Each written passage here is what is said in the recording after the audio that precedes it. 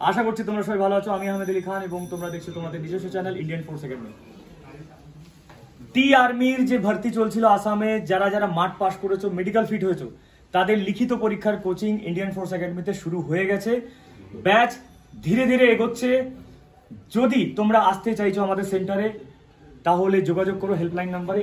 এই সমস্ত ভাইরা যাদেরকে দেখছো তারা কিন্তু সমস্ত মাঠ মেডিকেল ফিট হয়ে এখানে এসছে, ঠিক আছে? আর এখানে বিভিন্ন ডিস্ট্রিক্ট থেকে তারা এখানে যোগাযোগ করে এসছে। কেউ আলিপুরদুয়ার থেকে আছে, কেউ বীরভূম, কেউ মালদা কে আছে, কেউ আছে মালদা, ঠিক আছে? তো যারা মাঠ পাস মেডিকেল ফিট আছো ইমিডিয়েট যোগাযোগ করে, এখনো সময় আছে। ডে নাইট ক্লাস হচ্ছে, একদম ধরে ক্লাস করানো হবে, বুঝিয়ে ক্লাস করানো হবে, চিন্তার কোনো বিষয় নেই।